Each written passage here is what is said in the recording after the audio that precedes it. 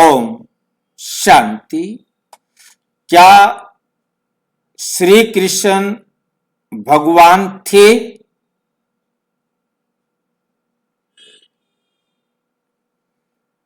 क्या श्री कृष्ण शिव भक्त थे?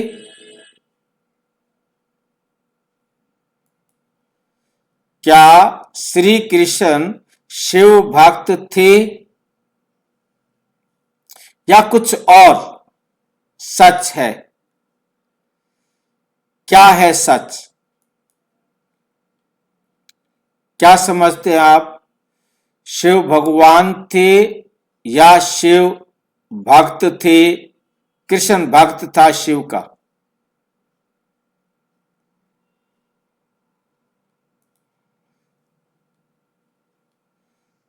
भाई जी, प्रश्न समझ में नहीं आया। प्रश्न समझ में नहीं आया। क्या श्री कृष्ण भगवान थे? पहला प्रश्न है। भाई जी, हाँ। मास्टर भगवान थे। कृष्ण मास्टर भगवान थे।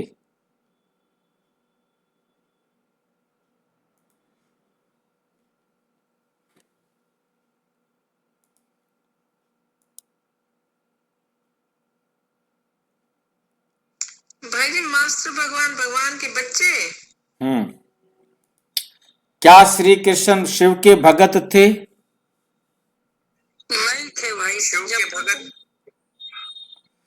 या कुछ और सच?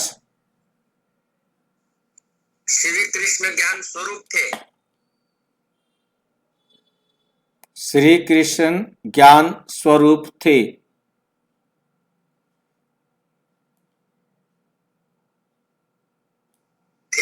थे भी नहीं बोल सकते, है बोल सकते। है क्यों बोल सकते और थे क्यों नहीं बोल सकते? है बोल के होके गया नहीं है ना। अभी तो कृष्ण है, वास्तव में अभी है कहीं, तो है बोलना पड़ेगा। जब तक पता ना हो कि कहाँ है तब तक है कैसे बोल सकते हैं? श्री कृष्ण है तो कहाँ है? ज्ञान के आधार पर अभी तो हम है बोल सकते हैं ना, ज्ञान के आधार पर। ऐसे नहीं बोल सकते कि थे के गए, बोल तो थे हो गए, ऐसा नहीं बोल सकते। हम ज्ञान के आधार पर ये समझ रहे हैं कि ज्ञान अभी श्री कृष्ण है, वास्तव में अभी है, पर हम नहीं जानते कहाँ है, पर है ये जानते हैं। ठीक है, आपका अपना विचार है, परंतु हमारी समझ में आता है कि श्री कृष्ण भगवान थे, क्योंकि दुनिया वाले कृष्ण को भगवान समझते हैं। अब श्री कृष्ण भगवान थे, शिव के भगत थे, ये तो क्वेश्चन उठा है पहले से। क्या श्री कृष्ण शिव के भगत थे या कुछ और सच? इस सच्चाई को आज हम खोलेंगे। क्या श्री कृष्ण ने पिछले जन्मों में भक्ति की थी? क्योंकि ये कृष्ण, हम भक्ति मार्ग में जिसको दुनिया वाले श्री कृष्ण कहते हैं, उसने वो श्री कृष्ण बना तो कैसे बना? आखिर उसने श्री कृष्ण बनने से पहले कुछ किया तो होगा। क्या किया था? क्या उसने पिछले जन्मों में भक्ति की थी जो श्री कृष्ण बन गया? श्री कृष्ण भगवान थे। क्या श्री कृष्ण ने पिछले जन्मों में कोई भक्ति की थी जो श्री कृष्ण बना? तपस्या किया, यज्ञ किया, या संगम युग की पढ़ाई का परिणाम है? किसका परिणाम है कि वो श्री कृष्ण बना? गीता का ज्ञान पहले से ही था या स्वयं भगवान से उनको गीता का ज्ञान मिला? उनके पास गीता का ज्ञान पहले से था या उनको गीता का ज्ञान भगवान से मिला? ये विषय हैं जिन विषयों को आज हमने खोलना है। डिस्क्लेमर है, ये प्रस्तुति ब्रह्मा कुमारीज की आध्यात्मिक शिक्षाओं एवं साकार अव्यक्त मुरली बिंदुओं के अध्ययन पर आधारित है। इसका उद्देश्य किसी भी धर्म परंपरा या श्रद्धा का विरोध करना नहीं है। हम यहाँ प्रश्नों को श्रद्धा से नहीं बल्कि ज्ञान और तर्क की रोशनी से देख रहे हैं, श्रद्धा से नहीं। ज्ञान और तर्क की रोशनी से देख रहे हैं। दर्शकगण इसे खुले मन से सुने, मनन करें और स्वयं निर्णय ले। करोड़ों लोगों का प्रश्न। आज हम एक अत्यंत गहरे प्रश्न पर मनन करेंगे। करोड़ों लोगों का यह प्रश्न है। क्या प्रश्न है करोड़ों लोगों के? क्या श्री कृष्ण ने पिछले जन्मों में भक्ति की थी जो अब कृष्ण बना? उसने कृष्ण बनने से पहले क्या पिछले जन्मों में भक्ति की? क्या उन्होंने शिव की उपासना की थी? क्या वे किसी यज्ञ या तप के कारण श्री कृष्ण बने?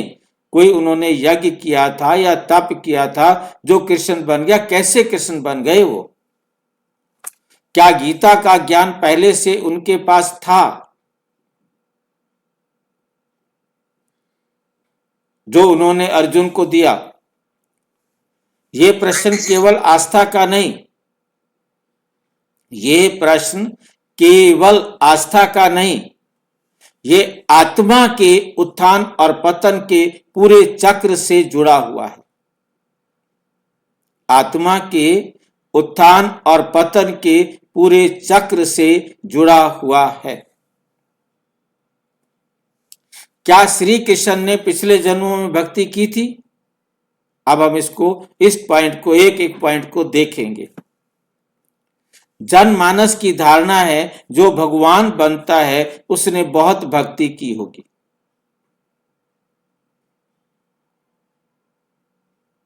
उसने बहुत भक्ति की होगी तभी तो वो भगवान बना।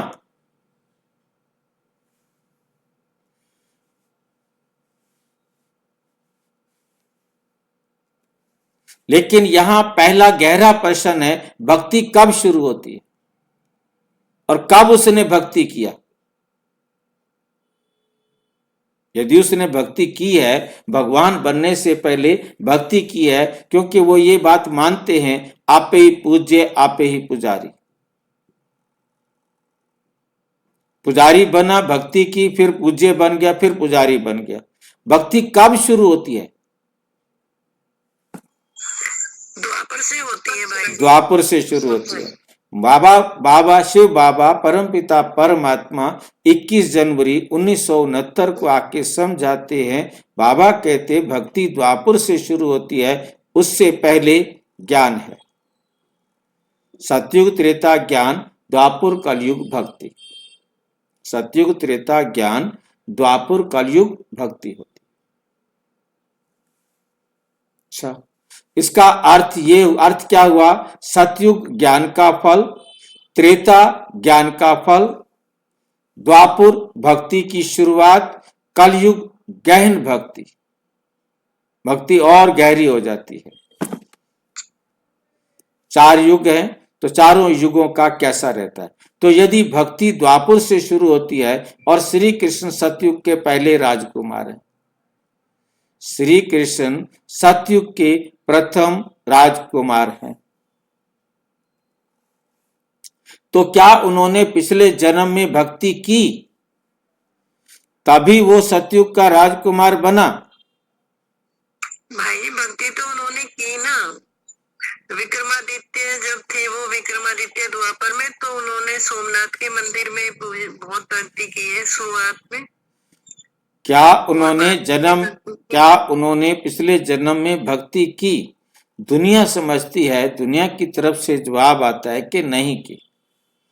आपकी तरफ से जवाब आ रहा है कि कृष्ण ने भक्ति की, क्योंकि सतयुग से पहले भक्ति का अस्तित्व ही नहीं।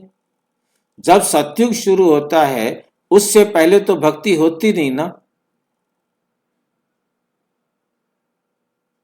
भक्ति तो द्वापर कलयुग में होती है। अब द्वापर कलयुग में भक्ति की तो क्या उसका फल सतयुग में जाकर मिला? आप कह रहे हैं भक्ति की उसने द्वापर में, कलयुग में बहुत भक्ति की, मान लेते हैं हम आपका कहना, पर तो भक्ति के बाद क्या वो भक्ति का फल तो ये नहीं है ना कि राजा बन जाए, राजकुमार बन जाए। भक्ति का फल उनको ज्ञान मिला ना, क्योंकि सतयुग से पहले भक्ति का अस्तित्व है ही नहीं। तो उनको क्या श्री कृष्ण ने शिव की उपासना की थी? हाँ जी की थी। उपासना, शिव की उपासना। ये प्रश्न बहुत संवेदनशील है, झगड़ा हो सकता है इस पर। लोग कहते हैं कृष्ण ने शिव की तपस्या की होगी, की है नहीं कहते, की होगी, इसलिए वो इतने महान बने। राम ने रामेश्वरम में शिवलिंग की पूजा की। कृष्ण को भी एक मंदिर है, राजराजेश्वर का मंदिर, उसमें दिखाया है कि वो कृष्ण की भक्ति करता है। और तो मुझे यही नहीं समझ में आया वो आखिर मंदिर है तो कहाँ है। मेरे को उस मंदिर का पता नहीं मिला। और तो ये मिला है इतना कि राजराजेश्वर का मंदिर है, वहां कृष्ण भी शिव की पूजा करते हैं। इतना तो है अपना भागवत में कि शंकर जी, क्योंकि भगवान शिव शंकर और शिव को तो भक्ति में एक ही समझते हैं, शंकर जी भी कृष्ण से मिलने के लिए आते हैं और कृष्ण भी शंकर से मिलते हैं जब वो उस घर में जहाँ बच्चा होता है, बच्चे के रूप में रह रहे होते हैं, तो वो आते हैं। तो यशोदा नहीं मिलने देती, परंतु कृष्ण आकर के उनसे मिलते हैं। कहते महाराज आपने ऐसी शक्ल बना रखी है, वो तो डर जाएगा, बच्चा है। कृष्ण ने शिव की तपस्या की होगी, इसलिए वो इतने महान बने। लेकिन सोचिए, अगर कृष्ण शिव की पूजा करते थे, अगर कृष्ण शिव की पूजा करते थे, तो फिर शिव उनसे बड़ा हुआ या नहीं? उसने शिव की भक्ति की या शिव से उसने ज्ञान लिया, तो वो उससे बड़ा हुआ। शंकर भी शिवलिंग की पूजा कर रहा है, दिखाते हैं। शंकर के आगे शिवलिंग रखा हुआ है, कृष्ण के आगे भी शिवलिंग रखा हुआ है। देखा है आपने कृष्ण के आगे शिवलिंग रखा हुआ? हाँ जी भाई, कृष्ण ने गोपेश्वर में मतलब वृंदावन में कृष्ण की शिव की पूजा करी। शिव की पूजा करी गोपेश्वरम में। हाँ, कृष्ण ने वृंदावन में भाई जी, वृंदावन में गोपेश्वरम में कृष्ण की पूजा की। अब कृष्ण ने शिवलिंग की पूजा की है, तो कृष्ण को हम शिवलिंग की पूजा करते हुए अपने परमात्मा, सर्वात्माओं का पिता परमात्मा है, उसके अंदर भी ये दिखाया है कि कृष्ण जो है शिवलिंग की पूजा कर रहा है। सर्व आत्माओं का पिता परम आत्मा।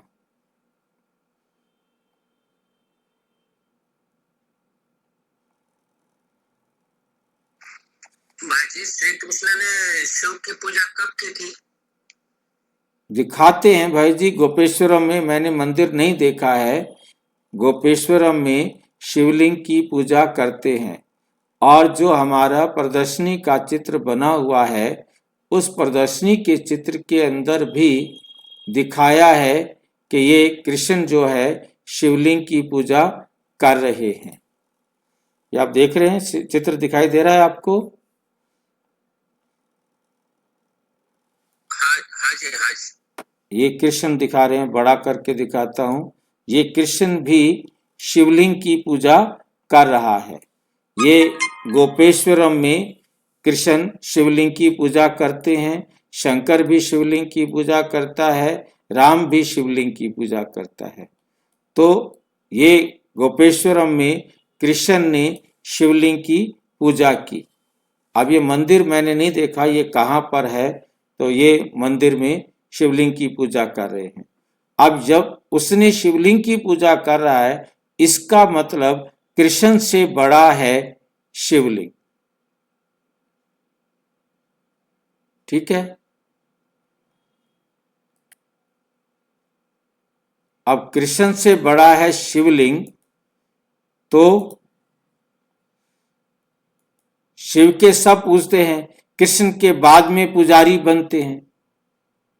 शिव को सब पूजते हैं, कृष्ण के बाद में पुजारी बनते हैं। कृष्ण के पहले पुजारी नहीं बनते। कृष्ण शिवलिंग की पूजा करता है, शिव को सब पूजते हैं। कहाँ की बात है ये? हम इसके लिए कौन सा चित्र देखेंगे? सीढ़ी वाला चित्र। सीढ़ी के चित्र के अंदर हमें ये दिखाया गया है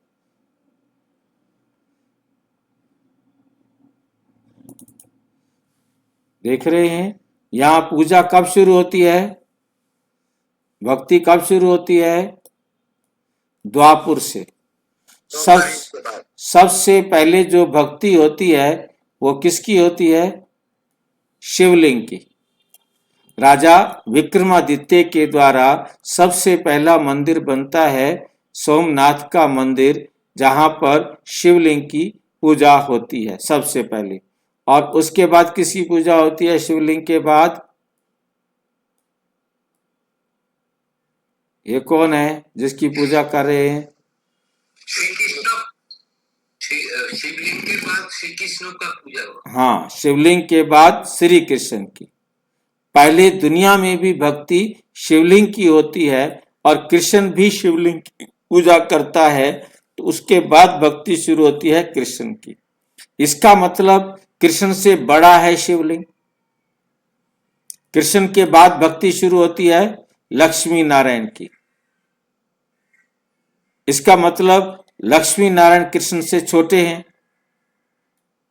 छोटे हैं या पद में, पोजीशन में छोटे हैं। कृष्ण को महात्मा कह सकते हैं, परंतु लक्ष्मी नारायण को महात्मा नहीं कह सकते। उसके बाद शुरू होती है राम सीता की पूजा। राम सीता के बाद पूजा शुरू होती है हनुमान और गणेश की। मतलब एक सिस्टम है, उस सिस्टम से पूजा चलती है। फिर तो हवन है, पत्थर की मूर्तियों की, दुनिया भर की फिर पूजा शुरू हो जाती है। पेड़ की पूजा, पत्थर की पूजा, सबकी पूजा होना शुरू हो जाती है। तो हमें समझ में आ रहा है कि कृष्ण के जो भक्ति मार्ग के अंदर हम देखते आ रहे हैं, उसके अनुसार कृष्ण की आत्मा शिव की पूजा करती है और शिव की पूजा पहले शुरू होती है, फिर बाद में कृष्ण भी बाद में पुजारी बनता है। शिव को ही सब पूजते हैं, कृष्ण भी बाद में पुजारी बनता है। ये एक रहस्य, यहां एक रहस्य खुलता है। वही आत्मा जो पहले जन्म में कृष्ण है, वही द्वापुर में जाकर शिव की पूजा करती है। वही द्वापुर में जाकर क्या करती है? शिव की पूजा करती है। राजा विक्रमादित्य जो बनता है वो कृष्ण वाली आत्मा ही बनती है, जो इस समय शिव की आकर पूजा करती है, भक्ति करती है। और पहले खुद भक्ति करती है और फिर उसकी पूजा शुरू हो जाती है। पहले वो पूजा करता है और फिर वो पुजारी बन के पूजा करता है, फिर उसी की ही सारे पूजा करना शुरू कर देते हैं। इस राज में कोई डाउट है तो पूछो। वही आत्मा जो पहले जन्म में कृष्ण है, वही द्वापुर में जाकर विक्रमादित्य के रूप में शिव की पूजा करती है, लेकिन कृष्ण बनने से पहले भक्ति नहीं, क्या था? ज्ञान था। कृष्ण बनने से पहले भक्ति नहीं, ज्ञान था। तो भक्ति का फल मिलता है ज्ञान। यहां हमें समझ में आता है सिस्टम कि भक्ति के बाद भक्ति का फल परमात्मा आकर ज्ञान देते हैं, जिस ज्ञान के आधार पर वो कृष्ण बनता है। क्या वे यज्ञ या तपस्या के कारण कृष्ण बने? लोग मानते हैं बहुत बड़ा यज्ञ किया होगा, घोर तपस्या की होगी, कठिन व्रत किए होंगे, लेकिन आध्यात्मिक ज्ञान क्या कहता है? मुरली है 1 अगस्त 1972। सतयुग में तपस्या नहीं होती, वहां तो फल भोगते हैं। सतयुग में क्या होता है? तपस्या नहीं होती, वहां तो फल भोगते हैं। तपस्या कब होती है? संगम युग में। तपस्या कब होती है? संगम युग में होती है। तो यहां एक सहारा, एक गहरा निष्कर्ष निकलता है। यहां एक गहरा निष्कर्ष निकलता है कृष्ण बनना किसी अग्नि यज्ञ या जंगल की तपस्या का फल नहीं। कृष्ण बनना किसी यज्ञ करने का या अग्नि यज्ञ करने का या जंगल में जाकर तपस्या करने का फल नहीं है। यह है संगम युग की राजयोग पढ़ाई का परिणाम। श्री कृष्ण संगम युग पर राजयोग की पढ़ाई पढ़ते हैं। श्री कृष्ण संगम युग पर राजयोग की पढ़ाई पढ़ते हैं। मुरली है 5 मार्च 1968। ये राजयोग की पढ़ाई है जिससे तुम राजाई पाते हो, जिसके आधार पर तुम क्या पाते हो? राजाई पाते हो। राजाई की पढ़ाई है जिससे तुम राजाई पाते हो। राजयोग का मतलब है राजा बनना। तो राजयोग की पढ़ाई कौन पढ़ाते हैं? स्वयं शिव परम पिता परमात्मा आकर राजयोग की पढ़ाई पढ़ाते हैं। उदाहरण, छात्र और प्रतियोगी परीक्षा। छात्र और प्रतियोगी परीक्षा। मान लीजिए एक प्रतियोगी परीक्षा है। सब विद्यार्थी एक ही कक्षा में पढ़ते हैं। सभी को शिक्षक समान पढ़ा रहे हैं, लेकिन टॉप कौन करेगा? टॉप कौन करेगा? जिसने ध्यान से पढ़ा, जिसने अभ्यास किया, जिसने आलस्य छोड़ा, जिसने समय का मूल्य समझा। ये 4 बातें मुख्य रूप से जिसके जीवन में है वो टॉप में जा सकता है। तो यही मेहनत किया अपना कृष्ण की आत्मा ने, और वो क्या बन गई? टॉप। ठीक वैसे ही संगम युग में निराकार शिव ज्ञान देते हैं, तो जो आत्मा सबसे अधिक पुरुषार्थ करती है वही प्रथम जन्म में कृष्ण बनती है। प्रथम जन्म में कृष्ण बनती है। क्या गीता का ज्ञान कृष्ण को पहले से था? क्या गीता का ज्ञान कृष्ण को पहले से था? ये सबसे बड़ा भ्रम है। दुनिया मानती है कृष्ण ने गीता सुनाई। दुनिया मानती है कृष्ण ने गीता सुनाई, लेकिन आध्यात्मिक ज्ञान क्या कहता है? क्या कहता है? मुरली 6 अक्टूबर 1969। गीता का ज्ञान देने वाला एक ही शिव है, कृष्ण नहीं। कृष्ण नहीं। कृष्ण ने गीता का ज्ञान नहीं सुनाया। किसने सुनाया? शिव ने गीता का ज्ञान सुनाया।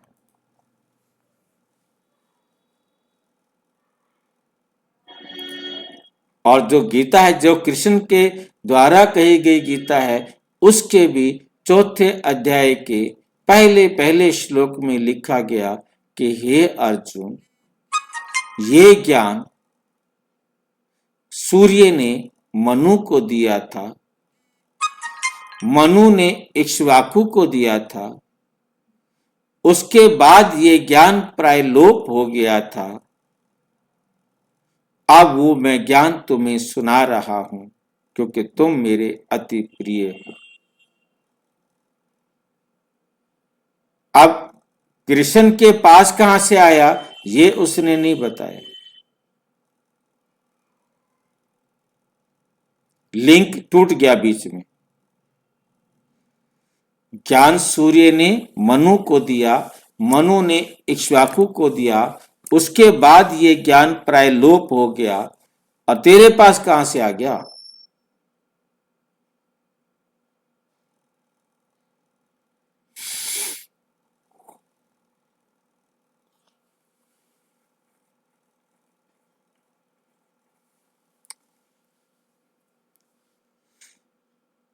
तो अब गीता का ज्ञान तो उससे पहले था, कृष्ण से पहले था। कृष्ण के पास भी तो पहुंचा होगा ना।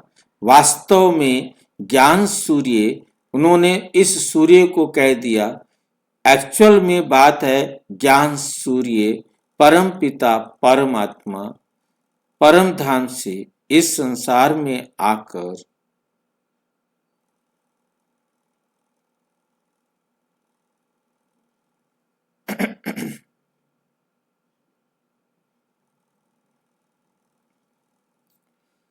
गीता का ज्ञान देने वाला शिव है, कृष्ण नहीं। तो फिर गीता किसने सुनाई, किसे सुनाई गई? ब्रह्मा द्वारा संगम युग में आत्माओं को देवता बनाने के लिए। तो क्या कृष्ण को गीता पहले से आती थी? नहीं आती थी। वही आत्मा जो संगम युग में ज्ञान सुनती है, वही अगले जन्म में कृष्ण बनती है। अगले जन्म में क्या बन जाती है? कृष्ण बन जाती है।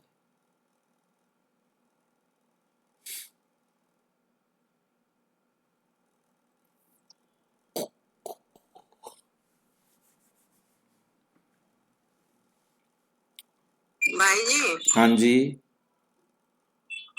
ज्ञान सूर्य तो शिव बाबा हुए। हाँ। और मनु बापू कौन हुए फिर? ये मनु इक्ष्वाकु तो उन्होंने दुनिया वाले नाम ले लिए हैं। मनु तो मनुष्य को कहा जाता है, प्रथम मनुष्य ब्रह्मा हो गया। यदि मनु कहेंगे तो प्रथम मनुष्य ब्रह्मा, मनु प्रथम मनुष्य है, एडम प्रथम मनुष्य है। भाई द्वापर युग में प्रथम मनुष्य कैसे कह सकते हैं? एक तो कलयुग के अंत में होना चाहिए या संगम में होना चाहिए, तो युग के आदि में होना चाहिए। प्रथम मनुष्य द्वापर युग में कैसे कहेंगे? द्वापुर में कहेंगे या नहीं कहेंगे, ये गीता द्वापुर में लिखी गई है।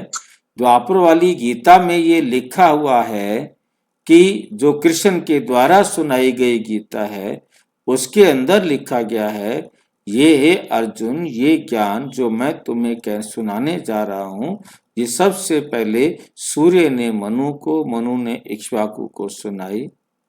जो ज्ञान प्राय लोप हो गया था, अब मैं फिर तुम्हें, तुम मेरे परम मित्र हो, परम भाई हो, सखा हो, मैं इसलिए तुम्हारे प्रति ये सुना रहा हूं।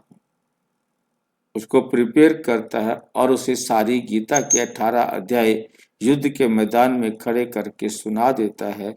उसके बाद भी युद्ध कराता है।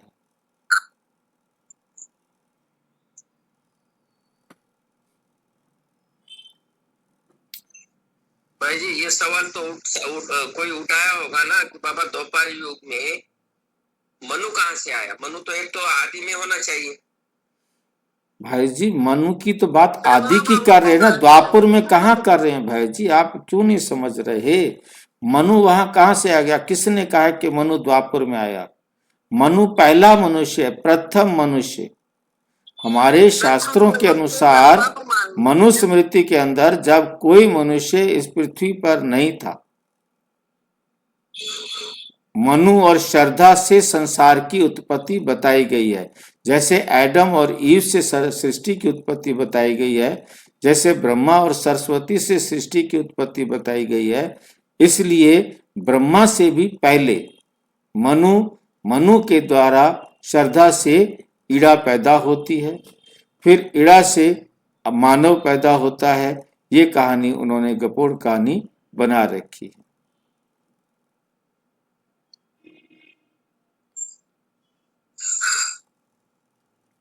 ये तो द्वापुर में तो कृष्ण सुना रहा है। उनके हिसाब से जो भागवत है, महाभारत है, उसके अनुसार, गीता के अनुसार ये ज्ञान द्वापुर में सुनाया गया। और द्वापुर भी कब है? जब महाभारत लिखी गई। महाभारत कब लिखी गई? अब से लगभग 2000 साल पहले लिखी गई। उस समय कहाँ थी महाभारत?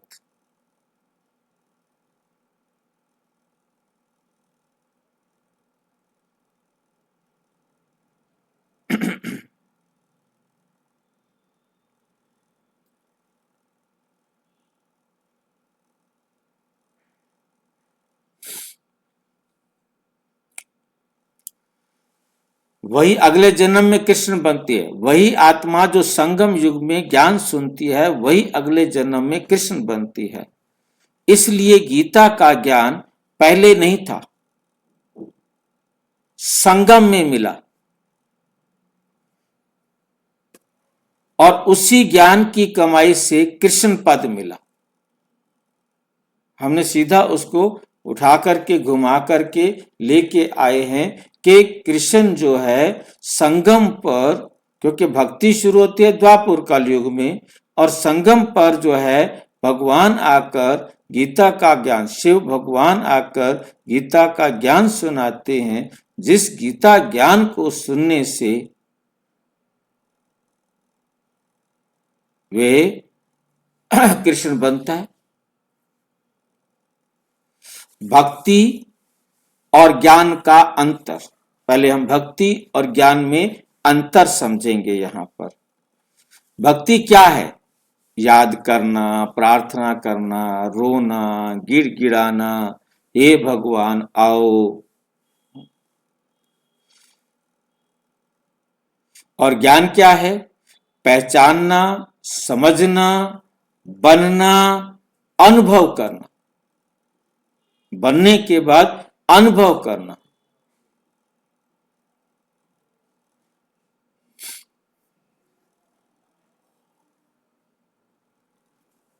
जब तक हम चारों सब्जेक्ट को सिस्टम से नहीं चलेंगे, परमात्मा को पहचानेंगे, समझेंगे ज्ञान को, फिर उसको अपने जीवन में धारण करेंगे, बनना हो गया, और फिर उसका अनुभव करना। जब बन जाएंगे तब उसका सुख का अनुभव होता है। भक्ति में आत्मा मांगती है, ज्ञान में आत्मा बनती है।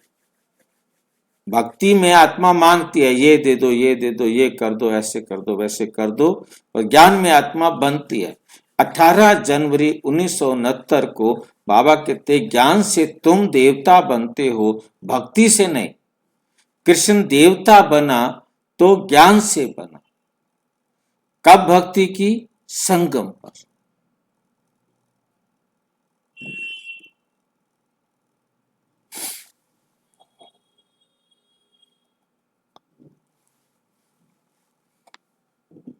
इसको यहां पर दिखाया है हमारे पास बाबा ने। परमात्मा ने कहा, देखो बच्चे,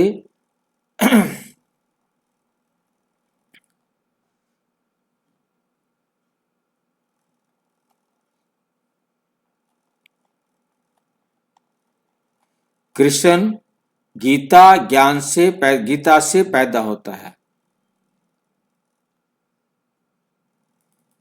भाई जी, गीता माता दिखाया है और शिव को पिता दिखाया है। शिव पिता है और गीता माता है।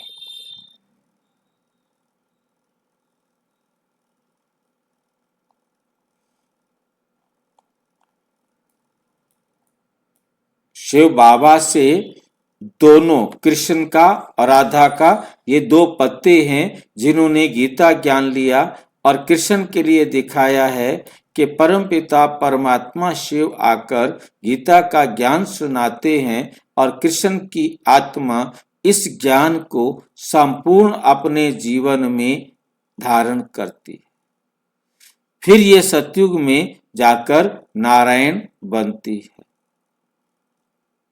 ये संगम पर इसका जन्म होता है।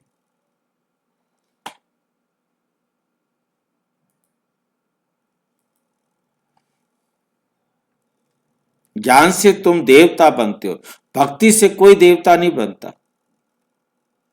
तो कृष्ण कैसे बने? अब निष्कर्ष बहुत स्पष्ट है, भक्ति से नहीं, शिव की पूजा से नहीं। कृष्ण भक्ति से भी कृष्ण नहीं बना, देवता नहीं बना, क्योंकि श्री कृष्ण 33 करोड़ देवी देवताओं में सबसे टॉप देवता है। 9,33 करोड़ देवी देवता कहा जाते हैं। उन 33 करोड़ देवी देवताओं में एक श्री कृष्ण ही है जो 16 कला संपूर्ण है। बाकी कोई भी देवता 16 कला संपूर्ण नहीं कहा जाता। तो इसका मतलब 16 कला संपूर्ण देवता जो श्री कृष्ण बना है वो भक्ति से नहीं बना, शिव की पूजा से नहीं बना, यज्ञ से नहीं बना, तपस्या से नहीं बना, तो फिर किसके आधार से बना? भाई जी ज्ञान को धारण करने से बना।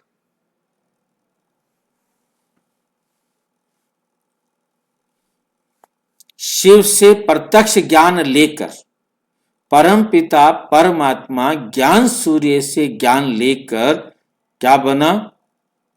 राजयोगी। राजयोग सीखकर पूर्ण पवित्रता अपनाकर सेवा और पुरुषार्थ करके 4 सब्जेक्ट पूरे करके गहरा आध्यात्मिक रहस्य ध्यान से सुनिए। ये गहरा आध्यात्मिक रहस्य है, इसको ध्यान से सुनिए। क्या है? जिस आत्मा को आज दुनिया भगवान कृष्ण कहती है, भगवान कृष्ण कहती है, वही आत्मा संगम युग में छात्र है, शिव बाबा से पढ़ती है, पुरुषार्थ करती है और प्रथम जन्म में राजकुमार बनती है। प्रथम जन्म कब होता है? संगम पर होता है। कितना अद्भुत है ड्रामा, कितना अद्भुत है ड्रामा। अंतिम चिंतन अब प्रश्न ये नहीं है कि क्या कृष्ण ने भक्ति की थी, अब ये प्रश्न खत्म। अब प्रश्न ये नहीं है कि क्या श्री कृष्ण ने भक्ति की थी, प्रश्न ये है क्या हम भक्ति से ज्ञान की ओर आएंगे? हमने जो भक्ति की है अब उस भक्ति से ज्ञान की तरफ जाएं, ताकि जैसे श्री कृष्ण ज्ञान को अर्जित कर श्री कृष्ण बना है ऐसे हम भी बने। कृष्ण भी बन रहा है ना, वो भी स्टूडेंट है, तो हम भी स्टूडेंट बने, हम भी परमात्मा से पढ़ें और हम ही भविष्य में कृष्ण के साथ जन्म लेकर अपने श्रेष्ठ कर्मों का फल भोगने वाले बने। भक्ति से ज्ञान की ओर आएंगे। क्या हम पुकारते रहेंगे या पहचान कर पढ़ाई करेंगे और जैसा शिव बाबा कह रहा है वैसा हम बनेंगे?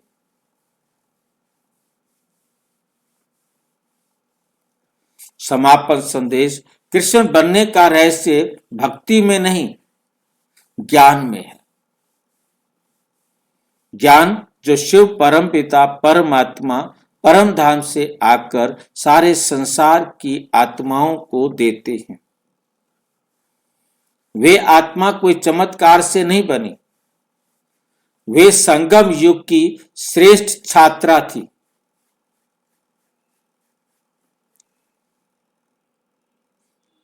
छात्र कहेंगे ना, छात्रा तो नहीं कहेंगे। कृष्ण बनने का रहस्य भक्ति में नहीं है, ज्ञान में है। वे आत्मा कोई चमत्कार से नहीं बनी, वे संगम युग की सर्वश्रेष्ठ छात्र था, संगम युग का सर्वश्रेष्ठ छात्र था। अब निर्णय हमारा है, हम भक्ति मार्ग पर रहेंगे या ज्ञान लेकर देवत्व की ओर बढ़ेंगे।